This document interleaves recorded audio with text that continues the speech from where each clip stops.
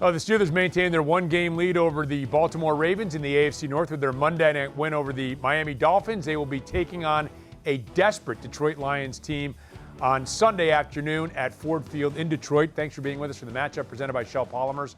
Alongside Missi Matthews and Matt Williamson, I'm Rob King. Missi, let's start with the Steelers. They've won 2 in a row. They defeat the Ravens. Maybe a little momentum going here late in the season, unlike, of course, last year when they didn't have the momentum heading into December and hopefully January. Yeah, like Cam Hayward quoted a Brett Kiesel, quote in terms of stacking hotcakes.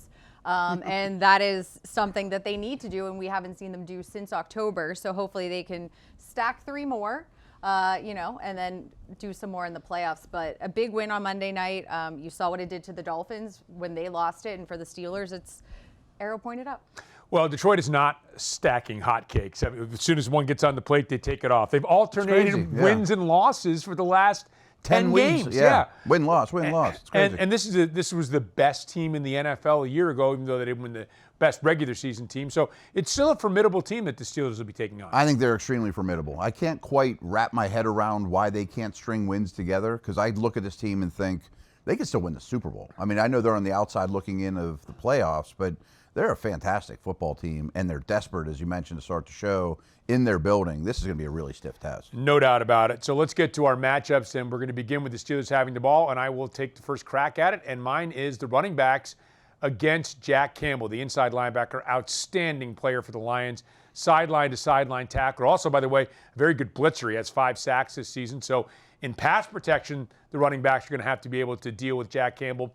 But the Steelers would love to be able to run the football and keep football's most explosive team, the Lions, the highest scoring team in the NFL, on the sideline. If you can run the ball and you're going to have to deal with Jack Campbell in doing that, that could lead to success for the Steelers. Well, in time of possession, running more plays than your opponent, things that should hopefully carry on from that one Monday night win against the Dolphins into this Lions game. But, Coach Tomlin has talked a lot about Jack Campbell and how he took him out for a pro day dinner with all the other guys, and he was the ringleader. He was the guy that everybody followed, and you are seeing what he's doing out on the field. Yeah, for the first time all year, the Steelers ran more plays than their opponent. Wow, that's all I've talked about, I think, for 15 weeks in a row. That's why we had to making give you me a platform, crazy. Matt. Oh, man, my Twitter following blew up. They finally won the time of possession and the play differential. Now, for the year, it's been a huge problem, but maybe they're trending in the right direction. Who knows? So the offensive line for the Steelers, Missi, has held up pretty well in protecting Aaron Rodgers for sure. They're going to get a stiff test with both ends. With Hutchinson, I mean, there's Marcus Davenport too, but Muhammad has 9 sacks. Hutchinson has 9.5 sacks, multiple-time Pro Bowler. These are 2 excellent pass rushers for the Lions. Yeah, absolutely. And I think, especially for Dylan Cook, if he starts again at left tackle, just carrying over what he was able to do last week, or earlier this week, I should say, against the Dolphins. So, again, these guys are the kind of guys, Matt, that can just completely wreck a game by themselves. 100%. I was super impressed with the way Cook played this past week and getting thrown into action the week before. Hutchinson, though, is a premier NFL defensive player at any position. He's one of the best in the league. You can see here he even takes the ball away a little bit. They'll drop him into coverage, but rushing the passer is really where he influences the game, and he's one of the absolute best in the business. Yep, and Muhammad on the other side really having kind of a He's career been productive. year. Yeah, He's been outstanding for him. And so you got to protect Aaron Rodgers, because that leads us to your key, Matt, which is getting some shots downfield with DK Metcalf. Their secondary's been banged up. They have some key guys that are probably, Terry Arnold's not going to be playing. I don't Branch isn't going to be playing. Branch is one of my favorite players in the league, too. He's their glue guy. There are others who are banged up in the secondary, too. So this is an area the Steelers can perhaps exploit. Yeah, and what's interesting to me is this Lions team is the most explosive offense in the league, and they're allowing the most explosive plays on defense. They also really want to play with heavier personnel. They don't want to put extra defensive backs on the field. And I'm wondering how the Steelers approach that, because the Steelers are really low in terms of their usage of 11 personnel, 3 receivers on the field. But now they seem to have stabilized that receiver position a little bit, and their yards per play when they are in 11 personnel is really good. So I'm wondering if they kind of zag this week and create more big plays through the passing game, considering the opponent and the secondary they're facing with more receivers on the field. And I think, Missy, also, the Steelers showed a couple weeks ago against the Ravens the capacity to throw the deep ball that had been absent for so long. You want to be able to do that in the playoffs. Can you run the ball better? Can you hit some big plays? Can you not always have to grind the ball down the field as the Steelers had to do for several weeks? So this is a big element of what they want to be able to do. Yeah, I think what DK Metcalf has been able to do with Aaron Rodgers the past 2 games, and Aaron's so good at knowing when he should dink and duck it, when he can go downfield to DK, and I just think the DK we have seen the past 2 games is the DK you traded for and paid to be able to come here and do these things, and just the yards after catch that he gets, his touchdown this past week, just demolishing people as he was determined to get into that end zone. Even just watching it in slow-mo, you're just like, man, that guy is strong. So hopefully that's another connection, and maybe, MVS and Adam Thielen will get involved more in the passing game as well. Okay, so that is the offensive side of things. Before we turn to the defense, it is time for this week's predictive challenge for you. And this is a Lions team, much like the Steelers, very good in plus-minuses as far as turnovers go. The Lions have the fewest turnovers in the league. So here's the question.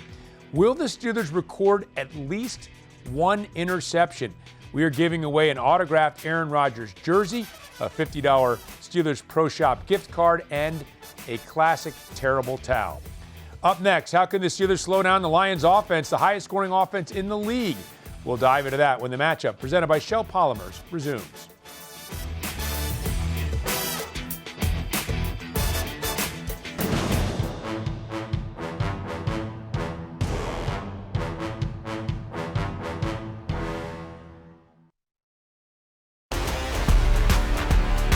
Fans are here. Give them something to cheer about today. The crowd at Acrisure is so loud. Wow! There's nothing like game day in Pittsburgh. Oh my, TJ!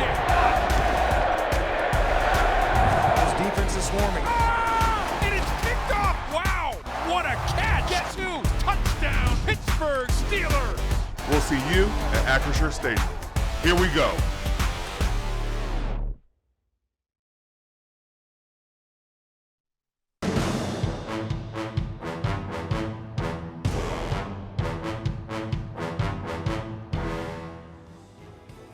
So the Steelers will visit Detroit on Sunday. Big game, obviously, for both teams. And Detroit is the NFL's top scoring offense, 30.6 points per game. They're even better at home, averaging almost 34 points per game. So as we take a look at the matchups, and before we dive into those matchups, Matt, I think we should point out, first of all, this is a very fast team. They have, with Gibbs and then Williams, the wide receiver position, 2 of the fastest players at their positions in the NFL. 1,000%. And as I mentioned, they're a very explosive offense, but they don't throw deep. So they're really, really good at getting the ball, especially to those 2, but St. Brown as well, who's an excellent football player. They concentrate their touches to the 3 of them. We really saw that last week, especially with Laporte out. The tight ends aren't hardly involved at all. And Dan Campbell took over play calling a little bit ago. I think it was 4 or 5 weeks ago. Yeah, week 10. Yep. Week 10. And it really concentrated on Williams, St. Brown, and Gibbs, more so than Montgomery and the tight ends. But what they do is they're so good at getting these guys in space, and Goff is a very accurate passer.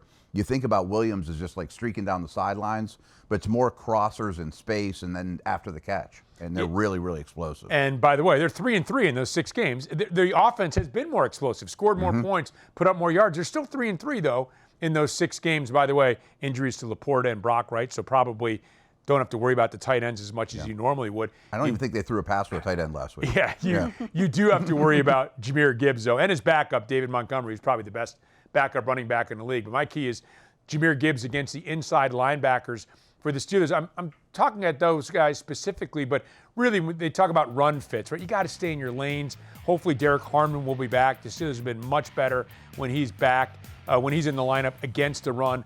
But this is why you have fast linebackers like Peyton Wilson and Patrick Queen it is to deal with fast running backs like Jahmyr Gibbs. I mean, just some of the things that Peyton Wilson did against the Dolphins, that sack that he had, just showing his sideline to sideline quickness. And as you said with Patrick Queen, he has been on a hot streak lately. Something is going on with him in terms of just the intensity he's bringing, the confidence, I think is how Jalen Ramsey was referring it to. But they are going to have their hands full. And as you said, for Harmon, hopefully he's trending in the right direction of returning. That's what it sounds like, to play in his hometown. Well, one other quick thing, and we can't forget about Montgomery too, because he's a bruiser. He's 5'10", 230. Gibbs reminds me a little bit of Achane in one respect. They're both really fast, but they're not shy about contact. No. I mean, they will try to run over you if they get the opportunity to. They're not finesse players at all. He's phenomenal in the passing game. He might be the best space player in the entire league. If you give him a crease, he's extremely dangerous. And I was blown away doing research. I mean, his career is on an all-time great path right now. I mean, you talk about players before the age of 24, it's like him and Barry Sanders. Right. I mean, pretty good. And more touchdowns than anybody, and he surpassed Randy Moss. Right. So you're talking about Moss, Elite Sanders, players. Yeah. Gibbs. Yep. Yeah, that's well pointed out. So, look, you have Gibbs and you have Montgomery. When they throw the ball, you got Jamison Williams, who's among the league leaders. He's second in yards per reception. And, of course, Amon-Ra St. Brown, who is a multi-time Pro Bowler himself, an All-Pro. So it's not like you just stop the run and you got the game won here, Missy. So these cornerbacks are going to have their work cut out for them. Absolutely. I think what Matt was saying, Dan Campbell focusing on those core three in terms of what they're running their offense through. But St. Brown, same thing, just crazy numbers that he's put up throughout his career, even this season. And he also is not afraid of contact. And I think, we're not sure what's going to happen in terms of James Pierre. We saw Asante Samuels come in. I think, a big game for Jalen Ramsey just in terms of not letting things get behind this defense, and the good communication between him and Patrick Queen for what they're trying to do. But definitely not, as you said, just because you stop the run doesn't mean that this will not be something you won't have to deal with. I think last week, they stopped the run, and luckily for the Steelers, Tua and the wide receivers just weren't having that connection, but Jared Goff and them, that is not a problem. Yeah, and they scheme these guys into space and get them on the move, and they're just hard to deal with. Meanwhile, when you talk about protecting Jared Goff, who, has only thrown 5 interceptions this season, Penei Sewell is elite. Decker went to a Pro Bowl last year as well. He's been a little banged up. I don't think he's been quite as effective, but whoever's lining up on that left side where TJ Watt normally does, we're taping this. As we're taping this, TJ Watt hasn't shown up at practice as far as we know. Nick Herbig, he's questionable. They signed Jeremiah Moon. Dealing with Penei Sewell is tough. Yes, and this has been really the last couple of years while the Lions have had all this success. It's been one of the best 2 or 3 offensive lines in the league year after year, right there with the Eagles. This year it's a little less. I mean, they had a lot of change on the interior. I think Decker's taken a small step back at his age, but the right tackle, Sewell, could go down as an all-time great. I mean, he is a really, really special player, and even if by chance Watt was out there at full strength, they would leave Sewell alone with him, much like the Eagles did with Lane Johnson last year. They don't ever help this guy, and he is a killer in the run game. And that has a trickle-down effect, right? When you can go one-on-one, we don't have to worry about chipping him as much and that sort of thing. I mean, because we know TJ Watt gets chipped all the time. Well, that guy chipping him has a harder time maybe getting out in a pattern if it's a running back or a tight end. Yeah, and I agree, in terms of his availability, I'm not so sure about that. Nick Herbig, hamstring injury is kind of one of those weird ones that is usually not just a week. I think, as you said, bringing Moon back to the team. But Alex Highsmith, I think, is the bright spot of getting healthy and being able to do great things these past 2 games. So it'll be interesting to see how they, divide things up. Jack Sawyer, of course, is a rookie. It's going to be a big game for him as well. All right, so the Steelers will try to maintain or perhaps even add to their AFC North lead when they visit the Detroit Lions on Sunday. Kickoff at Ford Field is scheduled for 4:25. For Missi Matthews, Matt Williamson, our entire Steelers production crew, I'm Rob King. We thank you for watching this edition of The Matchup, presented by Shell Polymers.